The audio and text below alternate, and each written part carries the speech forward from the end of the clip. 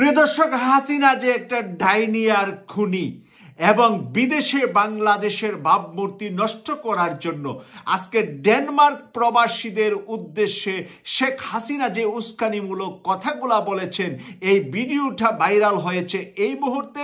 আর এই ভিডিওটা আপনাদের সামনে আমি তুলে ধরছি। হাসিনার মুখ থেকে শুনুন কিভাবে ডেনমার্কের সরকারের কাছে ইউরোপ সরকারের বিরুদ্ধে অপপ্রচার চালানোর জন্য সে পরামর্শ দিচ্ছে তার কর্মী বাহিনীদেরকে।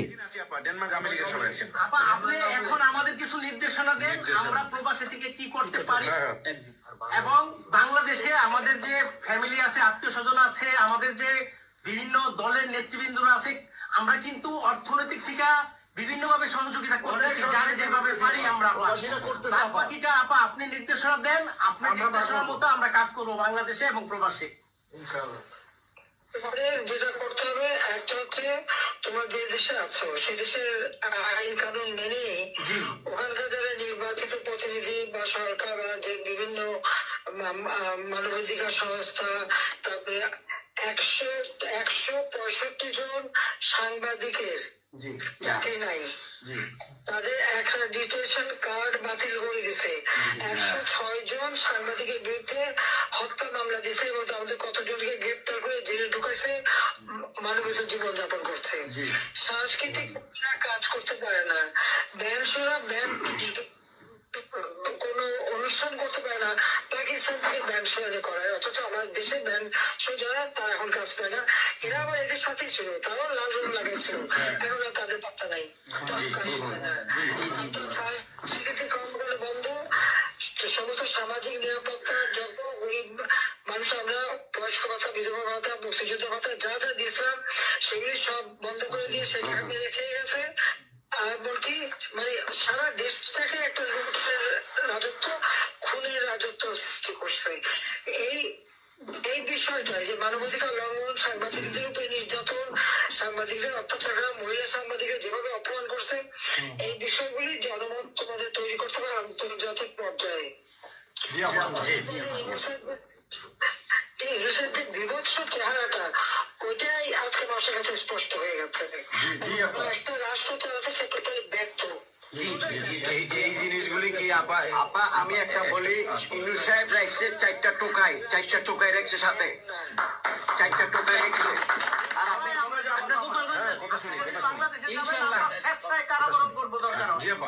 আর বলেন প্লিজ।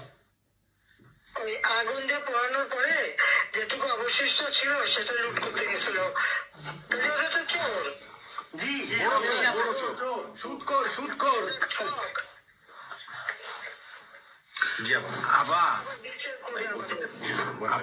আচ্ছা আমি আমরা নিজেরা করবো, দৃষ্টান্তমূলক ফাঁসি চাই, যেটা জনগণ দেখবে ওই ফাঁসি চাই। যার যার বাড়ি ঘর পড়াইছে করছে।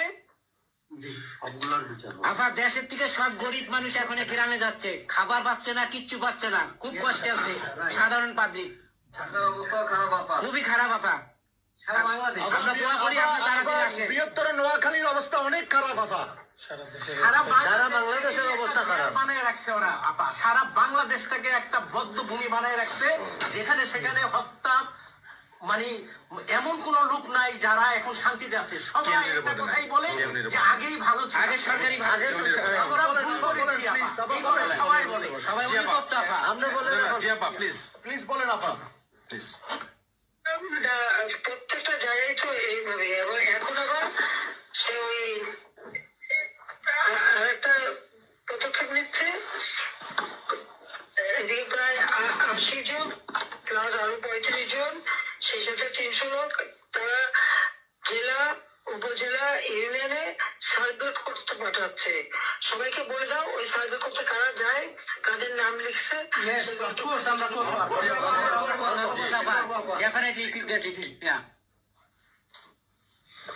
আমরা চাই আপা আপনি সুস্থ থাকেন, আপনি সুস্থ থাকলে বাংলাদেশ সুস্থ থাকবে, বাংলাদেশ ভালো থাকবে। আপনাকে আবার আমরা ফিরিয়ে এনে বাংলাদেশকে আবার এগিয়ে নিয়ে যাওয়ার জয়ের মালা করা।